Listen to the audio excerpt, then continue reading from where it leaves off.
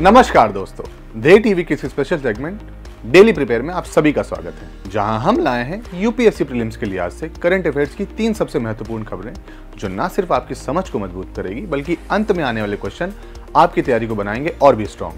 तो चलिए शुरुआत करते हैं आज की पहली खबर से। अजरबैजान और आर्मेनिया ने दशकों से चल रहे नागोर्नो काराबाख विवाद को खत्म करने के लिए व्हाइट हाउस में एक शांति समझौता पर हस्ताक्षर किए। ये बैठक अमेरिकी राष्ट्रपति डोनाल्ड ट्रंप की मेजबानी में हुई। अब दोनों देशों के बीच लड़ाई खत्म होगी और यात्रा, व्यापार और कूटनीतिक रिश्ते बढ़ेंगे। बता दें कि ये विवाद 1900 के दशक के अंत में शुरू हुआ था, जब नागोर्नो काराबाख को लेकर खूनी युद्ध हुआ। 1994 में युद्ध विराम हुआ, लेकिन हिंसा रुक रुक कर जारी रही। हाल की वार्ताओं में सबसे बड़ा मुद्दा नक्चिवान कॉरिडोर था, जो अजरबैजान को उसके अलग थलग नक्चिवान क्षेत्र से जोड़ेगा।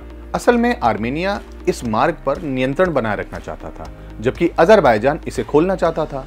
नए समझौते में इस कॉरिडोर का निर्माण अमेरिकी निगरानी और दोनों देशों की सहमति से होगा। इसका नाम Trump route for international peace and prosperity रखा गया है। इसमें सभी परिवहन मार्ग खोलना, व्यापार बढ़ाना और रिश्तों को मजबूत रखना शामिल है। इस बार समझौता रूस के बजाय अमेरिका की मध्यस्थता से हुआ, जिससे काकेशस क्षेत्र में अमेरिका का प्रभाव बढ़ गया। ट्रंप ने इसे ऐतिहासिक बताया और घोषणा ऐसे समय हुई जब वे अगले हफ्ते ही पुतिन से मिलने वाले हैं। बढ़ते हैं अपनी दूसरी खबर की ओर। दोस्तों, भारत में राष्ट्रीय राजमार्ग यानी नेशनल हाईवे सड़क नेटवर्क का सिर्फ 2% हिस्सा है, लेकिन यहाँ हादसों में मरने वालों की संख्या बहुत ज्यादा है। सड़क परिवहन और राजमार्ग मंत्रालय के मुताबिक 2025 की फर्स्ट हाफ यानी जनवरी से जून तक में ही 19,018 लोगों की मौत नेशनल हाईवेज पर हो चुकी है। ये आंकड़ा लास्ट ईयर हुई कुल मौतों के आधे से भी ज्यादा है। पिछले आंकड़ों की बात करें तो 2023 में 1,23,955 हादसे हुए, जिनमें 53,630 मौतें हुई। वहीं 2024 में बात करें तो 1,25,873 हादसे हुए, जिनमें 53,090 मौतें हुई। और 2025 के फर्स्ट हाफ में ही 67,933 हादसे हुए, जिनमें 29,018 मौतें हुई। भारत में कुल सड़क दुर्घटनाओं में से 30% से ज्यादा मौतें राष्ट्रीय राजमार्गों पर होती हैं। ये डेटा EDR पोर्टल से लिया जाता है, जहां राज्यों और केंद्र शासित प्रदेशों से सड़क हादसों की जानकारी आती है। सरकार सड़क सुरक्षा के लिए कई कदम उठा रही है, जैसे सड़क चौड़ीकरण, sign boards, crash barrier, underpass, overpass, advance traffic management system यानी ATMS और इलेक्ट्रॉनिक एक्चुएशन डिवाइसेस। साथ ही DPR और डिजाइन की गुणवत्ता सुधारने पर भी जोर दिया जा रहा है। भारत का लक्ष्य है कि 2030 तक सड़क मौतों को आधा कर दिया जाए, लेकिन मौजूदा हालात को देखते हुए सुरक्षा उपायों की गति बढ़ाना जरूरी है। अब बात करते हैं आज की तीसरी और अंतिम खबर की। गवर्नमेंट ई-मार्केटप्लेस यानी GEM पोर्टल ने अपने 9वें स्थापना दिवस पर नया रिकॉर्ड बनाया। वित्त वर्ष 2024-25 में जेम पर करीब 5.4 लाख करोड़ का सामान और सेवाओं की खरीद हुई। दोस्तों, जेम पोर्टल को 2016 में शुरू किया गया था, ताकि सरकारी खरीद को पारदर्शी, आसान और सबके लिए सुलभ बनाया जा सके। और अब ये भारत का सबसे बड़ा डिजिटल खरीद प्लेटफॉर्म है, जहां छोटे बड़े सेलर और सर्विस प्रोवाइडर सरकारी खरीदारों से सीधे जुड़ते हैं। पिछले 9 सालों में जेम ने करीब 1.5 लाख महिला प्रधान बिजनेस को जोड़ा, कई स्टार्टअप्स और स्वयं सहायक समूह यानी SHGs को ऑनबोर्ड किया और ग्रामीण कारीगरों और छोटे उद्योगों यानी MSCs को मौका दिया। 2025 के स्थापना दिवस की थीम है ईज, एक्सेस एंड इंक्लूजन। इस साल कई सुधार किए गए, जैसे वेंडर्स के लिए कॉशन मनी खत्म करना, वेंडर असेसमेंट फीस घटाना और 97% ऑर्डर को ट्रांजैक्शन फीस से मुक्त करना। इस मौके पर जेम सेलर संवाद, जो कि 6 अगस्त को हुआ नई दिल्ली में, और जेम मंथन जैसे कार्यक्रम हुए, जिनमें भविष्य की खरीद प्रणाली पर चर्चा हुई।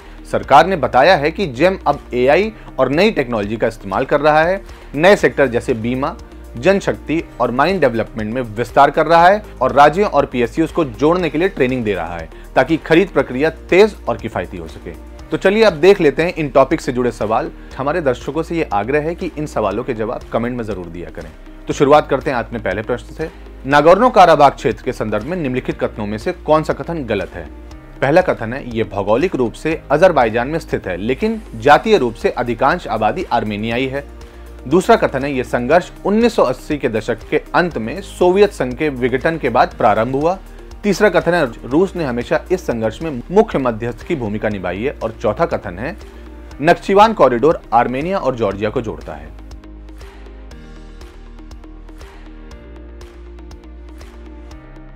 दोस्तों, इस प्रश्न का सही उत्तर है ऑप्शन डी। व्याख्या देख लेते हैं।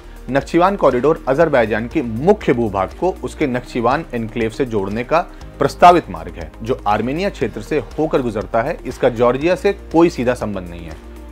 दोस्तों, दूसरा प्रश्न है, निम्नलिखित में से कौन सा कथन सही है? पहला कथन है, जेम एक वैधानिक निकाय है जिसे संसद के अधिनियम द्वारा स्थापित किया गया है। दूसरा कथन है, जेम का उद्देश्य सरकारी खरीद में पारदर्शिता, दक्षता और समावेशन को बढ़ावा देना है।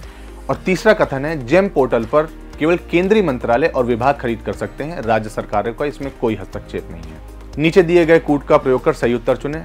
पहला ऑप्शन है केवल 1 और 2, दूसरा ऑप्शन है केवल 2, तीसरा ऑप्शन है केवल 1 और 3 और चौथा ऑप्शन है 1, 2 और 3।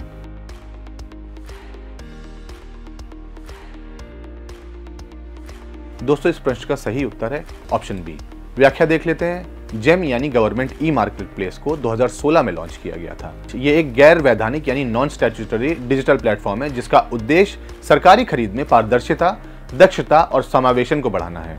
इसमें राज्य सरकारें, पीएसयूज और अन्य सरकारी एजेंसियां भी खरीद कर सकती हैं।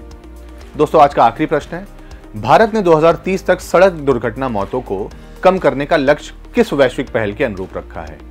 पहला ऑप्शन है विजन 0, दूसरा ऑप्शन है UN decade of action for road safety, तीसरा ऑप्शन है पेरिस एग्रीमेंट और चौथा ऑप्शन है ग्लोबल सेफ रोड्स इनिशिएटिव।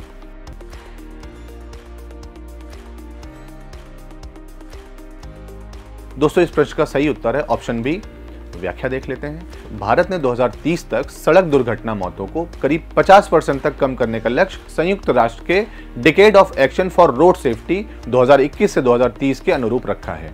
तो दोस्तों, ये थी आज की 3 सबसे जरूरी खबरें और सवाल। ऐसी इंपॉर्टेंट डेली करंट न्यूज और एमसीक्यूज के लिए जुड़े रहिए हमारे साथ। अगर आपको ये फॉर्मेट पसंद आया हो तो लाइक, शेयर और कमेंट करना ना भूलें। और हाँ, अगली बार फिर मिलते हैं नई खबरों और सवालों के साथ। तब तक के लिए पढ़ते रहिए, बढ़ते रहिए और जुड़े रहिए ध्येय टीवी के साथ। धन्यवाद।